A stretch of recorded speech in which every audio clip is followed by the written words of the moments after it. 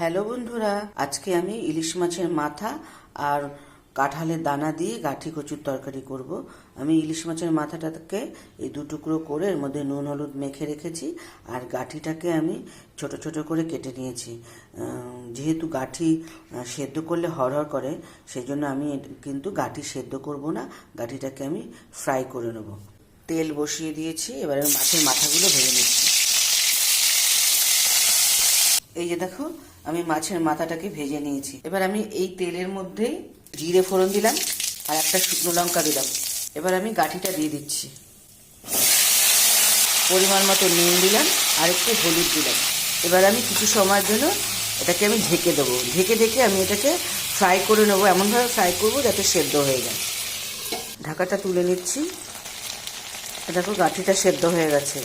আর একটু হলুদ দিলাম, এটা জিরে আর ধনের গুঁড়ো, লঙ্কার গুঁড়ো দিলাম আর একটু আদা পেস্ট দিলাম। জল দিচ্ছি মশলাটা কষানোর জন্য।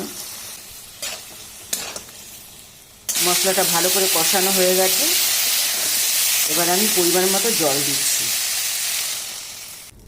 এবার মাছের মাথাটাও দিয়ে দিচ্ছি। এবার আমি এর মধ্যে অল্প একটু চিনি দিচ্ছি। এবার একটু গরম মশলা গুঁড়ো দিচ্ছি। ইলিশ মাছের মাথা আর কাঁঠালের দানা দিয়ে গাঠি রেডি হয়ে গেছে। এবার আমি নামিয়ে ফেলছি। এই যে দেখো, গাঠিটা রেডি হয়ে গেছে। গরম গরম খেতে কিন্তু দারুণ লাগে। তোমরা এভাবে বানিও, আর কেমন লাগলো সেটা অবশ্যই কমেন্ট করে জানাবে।